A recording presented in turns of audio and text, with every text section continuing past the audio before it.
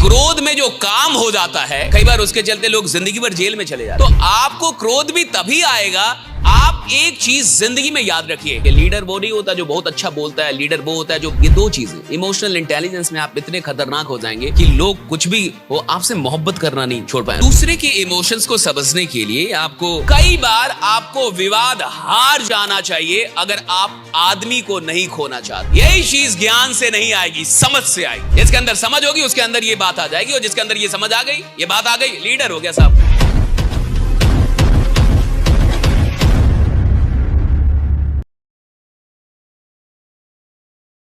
दूसरे के इमोशंस को समझने के लिए आपको दूसरे की तरफ होके सोचना पड़ता है कि अगर मैं इस जगह पे रहता तो मैं कैसा महसूस कर रहा होता। बस इतना ही कर रहा है। अगर आप चाहते हैं कि इमोशनल इंटेलिजेंस आप में आ जाए, अगर आप चाहते हैं कि आप इस बात को सच में समझ पाए, तो इसको सिंपल शब्दों में मैं आपको समझा रहा हूं कि अगर मैं यहां रहता तो क्या सोचता, अगर मैं इस जगह पे होता, इसकी जगह पे मैं होता तो मुझे कैसा महसूस होता। That's it. यही एक इंसान को समझा देता है कि क्या मुझे अब अगला एक्शन लेना है। अगर कोई मुझसे ऐसी बात करता तो मुझे कैसा लगता, यही समझना रहा। अगर कोई मुझे ऐसे डांटता तो मुझे कैसा लगता, यही समझना होता। अगर कोई मुझ पे ऐसे चिल्लाता तो मुझे कैसा लगता, यही समझना होता। अगर कोई मुझे ऐसी गाली देता तो मुझे कैसा लगता, यही समझना होता। अगर मैं ऐसी तकलीफ में होता तो मेरी मनस्थिति क्या होती, क्या मैं काम कर पाता, यही समझना होता है।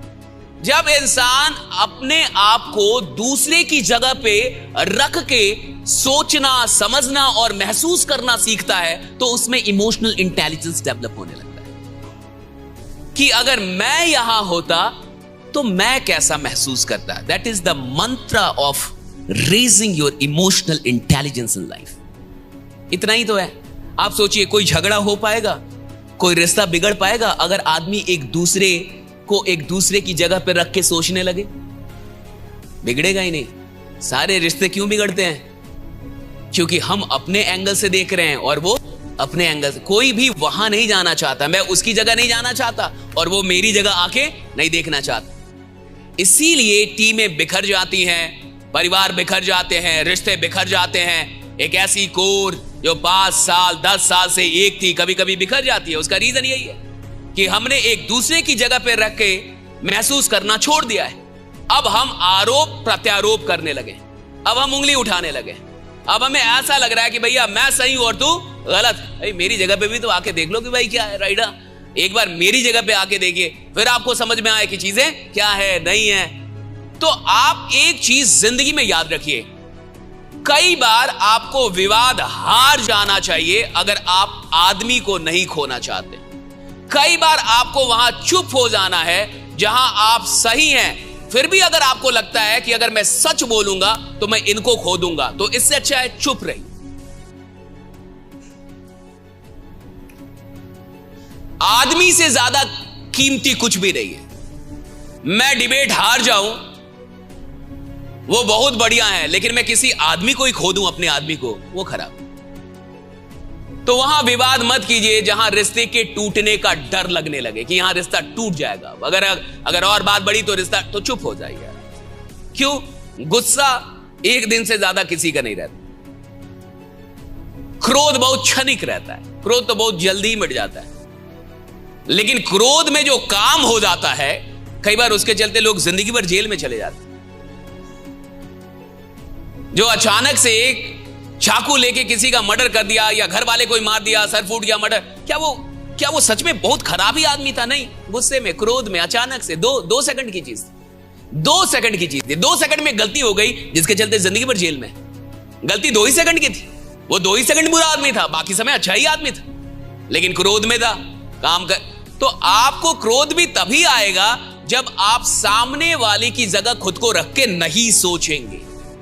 जिस दिन आप सामने वाले की जगह जाके सोचेंगे, क्रोध भी नहीं आएगा, क्रोध भी आना बंद हो जाएगा। लगा ठीक ही है, मैं भी रहता तो ऐसे ही बात करता, मैं भी रहता तो थोड़ा ऐसे ही चिल्लाता, मैं भी रहता तो थोड़ा ऐसा ही शक करता, ठीक ही है भाई। तो आप समझने लगेंगे, फिर आप बहुत बड़े लीडर हो जाएंगे। लीडर वो नहीं होता जो बहुत अच्छा बोलता है, लीडर वो होता है जो बहुत गौर से सुनता है, बहुत गौर से लोगों को देखता है, सुनता है। जो बहुत सुनने लगे ना, समझिए वो बहुत लोगों का चहेता हो जाएगा। जिसको लोगों को सुनना आ गया, लोग उससे मोहब्बत करने लगे। और आप जब लोगों को सुनते हैं तो आप लोगों को समझने लगते हैं। समझते क्यों नहीं है लोग? क्योंकि सुनते ही नहीं। आप मेरी बात सुनेंगे तब तो आप मुझे समझ पाएंगे ना, मेरी कहानी सुनेंगे तब तो आप मुझे समझ पाएंगे ना। आप सुन ही नहीं रहे तो कहां से समझेंगे? जब आप बहुत ध्यान से सुनेंगे, जब बहुत मन से सुनेंगे, बहुत दिल से सुनेंगे, तो आप दुनिया में किसी को भी समझ जाएंगे कि ये कैसा आदमी है, इसको क्या अच्छा लगता है, इसको क्या बुरा लगता है। सब बताता आदमी, सुनने वाला कोई चाहिए। आदमी सब बताने के लिए तैयार है। वो ये भी बता रहा है कि मैं ठीक कैसे होऊंगा, कोई सुन नहीं रहा है उसको। आप सुनने की क्वालिटी डेवलप कीजिए और इंसान की जगह, दूसरे इंसान की जगह खुद को रखने की क्वालिटी, ये दो चीजें। इमोशनल इंटेलिजेंस में आप इतने खतरनाक हो जाएंगे कि लोग कुछ भी हो, आपसे मोहब्बत करना नहीं छोड़ पाए। लोग मोहब्बत करेंगे आपसे। आप देखिए ना, मोहब्बत होती उससे जो आपको सुने। जो आपको ना सुने उससे मोहब्बत हो ही नहीं सकती। Love happens when someone listens to you. जब कोई आपको सुनता है तभी जाके उससे मोहब्बत हो सकती है। नियम है ये। तो बहुत बड़ा विषय है ये, पूरा एक एक दिन का विषय है इमोशनल इंटेलिजेंस। बड़े बड़े कॉर्पोरेट, बड़े बड़े पूरी दुनिया की कंपनियां इमोशनल इंटेलिजेंस पे काम कर रही है। कई किताबें हैं इमोशनल, बहुत बड़ा विषय है ये। लेकिन मैंने आपको जितना बता दिया वो बहुत काफी है। मैंने आपको 2 मंत्र बताए। एक, हमेशा सामने वाले के जगह पे जाके और चीजों को समझने की कोशिश करनी है, एहसास करने की कि अगर मैं इसकी जगह होता तो यार मैं भी तो, मान लीजिए कोई लीडर अभी काम नहीं कर रहा, सपोज कोई लीडर घर बैठा है काम नहीं कर रहा।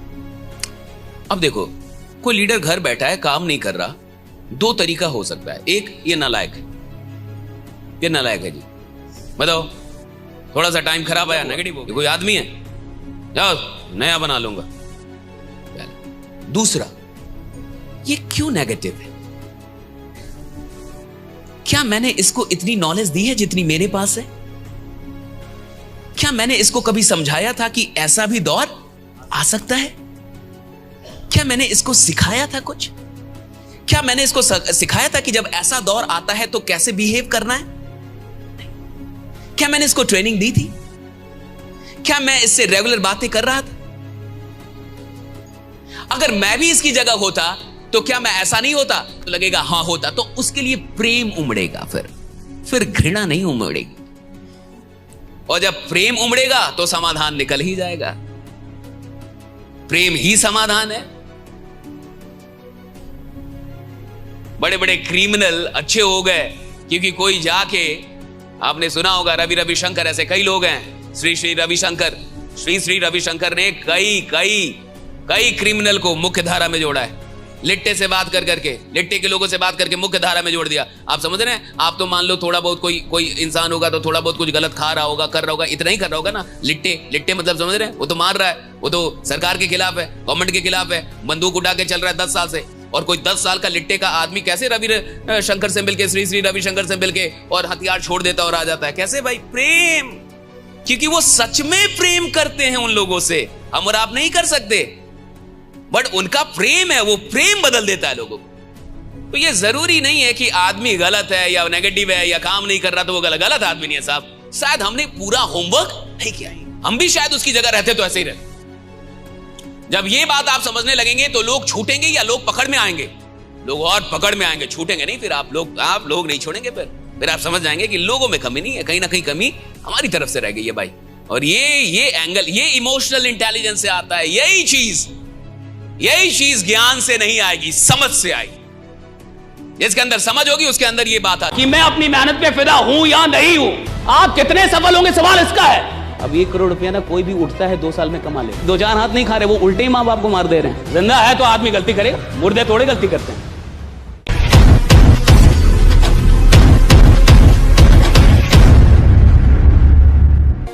देखिए, जो आदमी फिदा है वो तो सच में आगे बढ़ रहा होगा।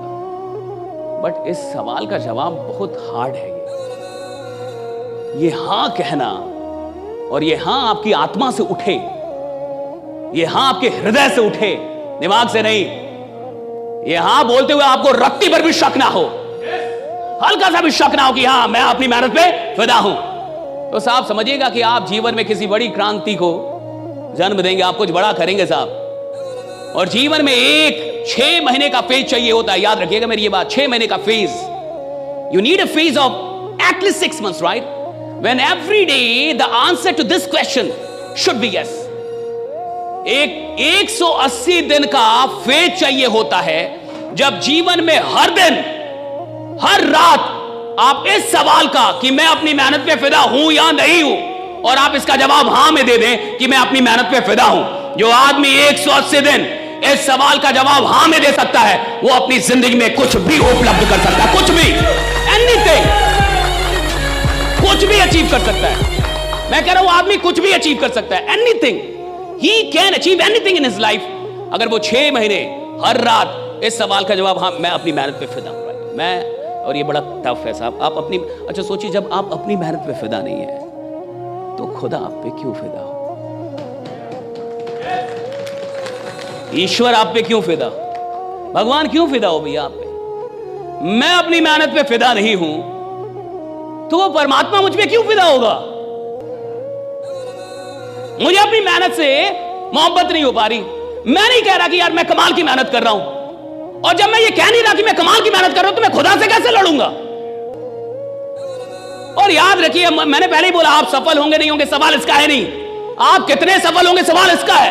और आपकी कमाई का सवाल नहीं है कि मैं 5 करोड़ कमाऊंगा कि नहीं, सवाल इसका है कि आपके जरिए करोड़ों लोग करोड़ों कमाएंगे कि नहीं। राइट, सवाल इसका है कि भैया मैं लीडर पैदा हुआ था और देखो मेरे चलते करोड़ों लोग करोड़ों रुपए कमा रहे हैं, मैंने कमाया है, राइट, मैंने मेहनत की उसके लिए, राइट, लाखों लोग के परिवार में मेरे चलते, ये जो है कि समृद्धि है मेरे चलते लाख, सवाल इसका है। सवाल आपके लिए सिर्फ नहीं हो रहा, it's not about you only, it's about people of this country. और अगर मैं अपनी मेहनत पे फिदा नहीं हूं, मैं खुदा से लड़ ही नहीं पाऊंगा। और मैं आपको बता रहा हूं, जिंदगी में जो लोग बहुत आगे जाते हैं, बहुत आगे मतलब बहुत आगे, और सुनिए 1 करोड़ रुपया भारत में बीपीएल वाला हो गया है। अब 1 करोड़ रुपया ना कोई भी उठता है 2 साल में कमा लेता है। हमको नहीं पता आपको कितना टाइम चाहिए, बट 2 साल में इधर भारत में अब 1 करोड़ रुपए लोग कमा लेते हैं।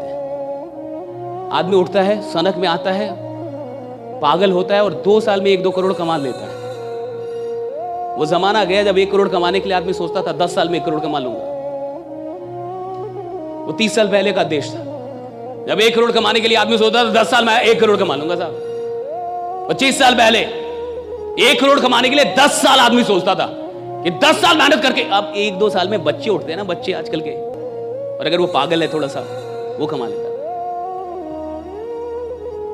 अब सवाल 1 करोड़ इस सब का है भी नहीं, अब 1-2 करोड़ अब बड़ा अमाउंट नहीं है, याद रखिएगा, भारत में तो नहीं है। 1 करोड़ महीना कमाने वाले लोग हैं इस देश में, जो खुद के लिए अकेले ही काम कर रहे हैं और उनकी टीम काम कर रही है। क्यों कमा रहे हैं भैया? उनको कमाना इसलिए कमा रहे हैं। क्यों कमा रहे? वो आदमी लीडर है साहब, क्यों कमा रहा है? उसको कमाना था, उसकी भूख है, वो कमा रहा है। इधर आदमी आके आसान प्लान भी दे दो फिर भी नहीं कमाएगा, क्योंकि उसको कमाना ही नहीं है, उसको मेहनत करनी ही नहीं है साहब। और मैंने कहा कि भैया जिंदगी में जो आदमी बड़ा बनता है वो 10 बार खुदा, न जाने कितनी बार खुदा से लड़ता है, वो न जाने कितनी बार उसकी लड़ाई होती है ऊपर वाले से कि मेरे को क्यों नहीं दे रहे हो, मुझ में क्या कमी है, मैंने क्या कमी कर दी है, मुझे क्यों नहीं मिल रहा है, मुझे कैसे नहीं दोगे? भैया अगर ये लड़ाई नहीं लड़ पा रहे तो अभी आप मेहनत किया ही नहीं आपने जिंदगी में। मेहनत का मतलब जब खुदा से लड़ने का विश्वास मिल जाए। अगर आप खुदा से नहीं लड़ पा रहे तो अभी आप मेहनत से बहुत दूर हैं। मेहनत, आप सुनिए मेहनत में क्या है, सुन लीजिए, मेहनत में इतनी ताकत है जो खुदा से लड़ने का कुव्वत देती है आपको, खुदा से लड़ने का कुव्वत देती है आदमी को। क्या पावर है भैया मेहनत में। और दुनिया पागल नहीं है, सारे बड़े लोग मेहनत ही बोलेंगे, सारे, मैंने पूरी दुनिया में किसी बड़े आदमी से मिल लो, 1000 करोड़ 10,000 करोड़ के आदमी से मिल लो, बोलेगा मेहनत कर बेटा, मेहनत करनी पड़ेगी, सब बोलेंगे। और ये जो स्मार्ट वर्क फलना चिलना बोलते रहते हैं ना, उनको पता नहीं है कि स्मार्ट वर्क जहां से पैदा होती है ना, जहां से पैदा होती है उसका नाम मेहनत है, वहां से स्मार्ट वर्क पैदा होती है साहब। जब आदमी मेहनत करता है तो स्मार्ट वर्क आती है साहब। कोई आदमी जब 5 साल मेहनत करता है ना पागलों की तरह दिन रात, तब जाके 6ठे साल में उसकी जिंदगी में स्मार्ट वर्क शुरू होता है। लेकिन 5 साल हार्ड वर्क करता है तब 6ठी साल से स्मार्ट वर्क शुरू होता है। आजकल के जो लोग हैं ना वो सोचते हैं पहले दिन से स्मार्ट वर्क करूंगा। अरे बेवकूफ आदमी, पहले दिन से स्मार्ट वर्क नहीं होता। 5 साल 10 साल आदमी जमीन में रगड़ता है, खुद को मेहनत करता है पागलों की तरह दिन रात, और जब वो इतना बड़ा एम्पायर बनाता है कि लाखों लोगों को उसने खड़ा कर दिया, तो एक दिन उसके जीवन में स्मार्ट वर्क शुरू होता है। राइडा भैया वो काम करता है, मेहनत है पहले। याद रखिएगा, hard work is the mother of smart work. Hard work is the mother of smart work.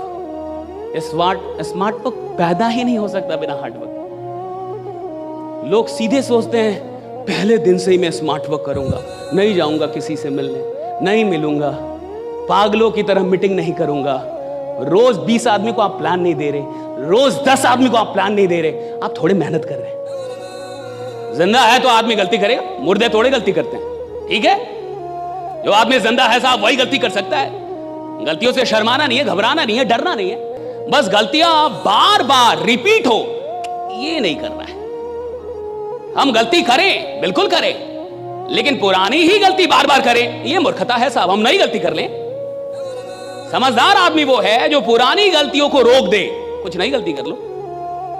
नई गलतियां जायज हैं, पुरानी गलतियां मूर्खता है। तो अगर मैं एक ही गलती पिछले 3 साल से कर रहा हूं, मैं महामूर्ख हूं। और आदमी के साथ परेशानी यही है कि उसकी गलतियां रिपीट होती हैं। और ऐसा कहा जाता है कि गलतियां करना गलतियां नहीं है, गलतियों को ना खोजना, उनको ना मानना और उनको ना सुधारना ही सबसे बड़ी गलती है। गलती करना गलती नहीं है साहब। आप गलती नहीं मान रहे, आप गलती को स्वीकार नहीं कर रहे, आप उसको सुधारना नहीं चाहते, आप प्रयास नहीं कर रहे, ये गलती है साहब। और देखिएगा, टफ आदमी ही बड़े लीडर पैदा करता है। टफ आदमी चाहिए। जिसके गार्जियन टफ होते हैं ना, उनके बच्चे सही होते हैं साहब। राइडा क्योंकि गार्जियन टफ है। गार्जियन नहीं बोल रहे बहुआ बहुआ बहुआ, 2-4 हाथ हमने खाए हैं तब जाके हम लोग कुछ बने हैं। आज के बच्चे कुछ नहीं बन पा रहे हैं क्योंकि 2-4 हाथ नहीं खा रहे, वो उल्टे ही माँ बाप को मार दे रहे हैं कि पापा you shut up you don't know right. ऐसे नहीं चलता जीवन, राइट? ऐसे परवरिश नहीं होती। लीडर बनते ही हैं क्योंकि कोई टफ गुरु मिल गया है। आदमी बनता ही खतरनाक है क्योंकि कोई टफ मेंटर आ गया है। टफ मेंटर आपको बनाता है और मेंटर्स आपको बनाते हैं। कोच खिलाड़ी पैदा करता है साहब। खिलाड़ी मेडल लेके नहीं आता, मैं आपको सच बता रहा हूं, कोच मेडल लेके आता है। जो पीछे में जो कोच होता है ना साहब, वो बड़ा खतरनाक होता है। खिलाड़ी सो भी जाता है ना, वो कोच नहीं सो पाता, वो बड़े